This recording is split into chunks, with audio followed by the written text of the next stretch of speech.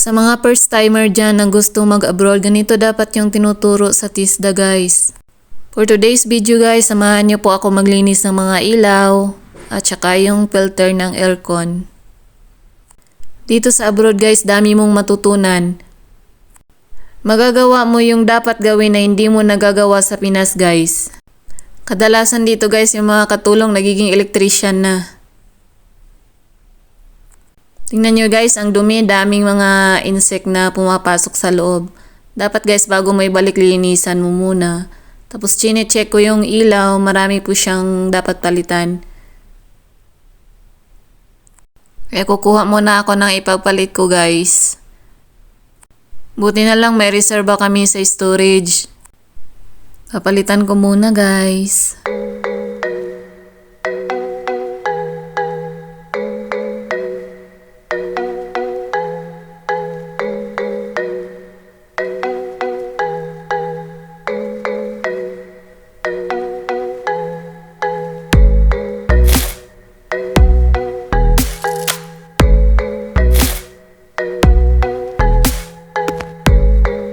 Nung napalitan ko na lahat guys, chine-check ko na kung umiilaw ba lahat. May dalawa guys na hindi po siya umiilaw. Di ko alam kung nakalimutan kung mali yung tinanggal ko or ano ba. Kaya pabalik-balik ako dyan.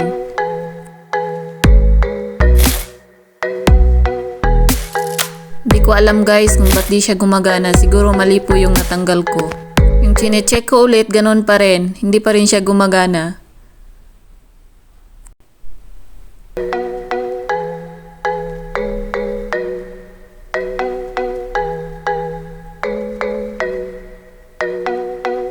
Kaya nung nakailang akyat at baba na ako guys, kumuha na lang ako ng bago at pinalitan ko na siya. Yan, okay na po siya. Ito nga pala yung napalitan ko guys, 6. Dahil okay na po yung mga bulb, ibalik ko na yung takip niya guys. Ito po yung nakakangalay talaga guys, mahirap po siya. Minsan lang kasi pumupunta yung maintenance dito guys kapag marami na po siya talagang papalitan yung mga nasusunog na mga bulb. Tsaka patatawag si Lola na papuntahin yung maintenance. Pero pag ganito lang, pag nasa bakasyon yung amo ko, nilinisan ko talaga, kaya ko naman pong gawin. Pero nakakangalay talaga siya guys, mahirap po ibalik yan, matagal po.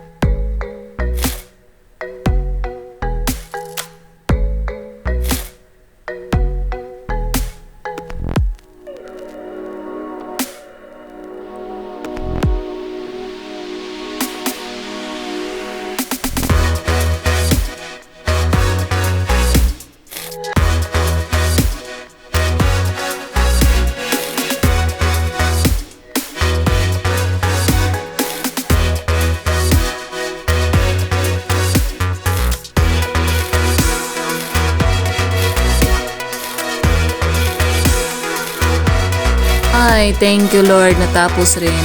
Pupunasan ko muna siya guys kasi may marami pong spot. Yan na po guys, malinis na po siya.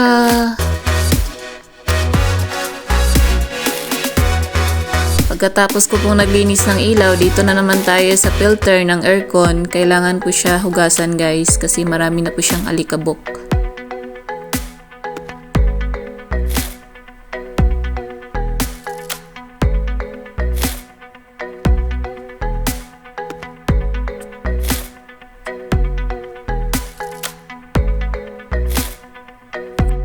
Ganito dapat yung tinuturo nila sa TISDA guys, yung mga first timer. Kami dati first timer kami, hindi naman namin yung natutunan sa TISDA, iba yung tinuturo nila. Tapos hindi naman nagagamit yung mga tinuturo nila dito. Pero hindi po lahat ng katulong guys na ginagawa to. Kasi yung iba may mga driver, may mga haris, sila po yung gumagawa niyan pag mataas po.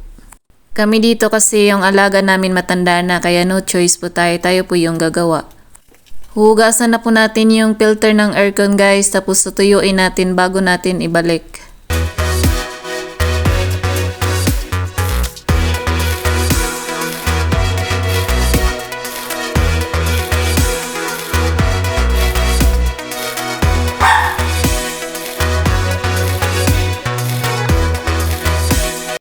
Pupunasan ko muna siya guys bago ko ibalik yung filter. Matagal na po kasi itong hindi nalinisan ng maintenance guys nung nakaraan pa. Nung hindi naramdaman ni Lola yung lamig. Kaya tumawag ko siya ng maintenance.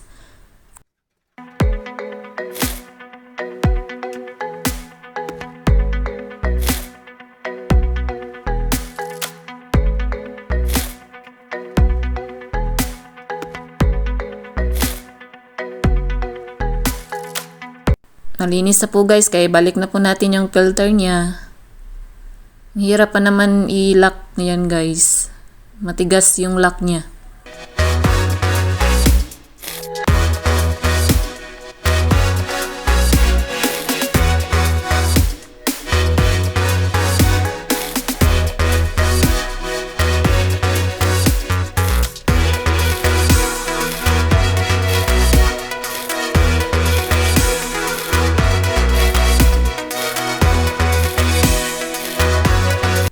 Hanggang dito na lang po guys. Thank you for watching. Thank you Lord. Successful. Ingat kayo guys. God bless.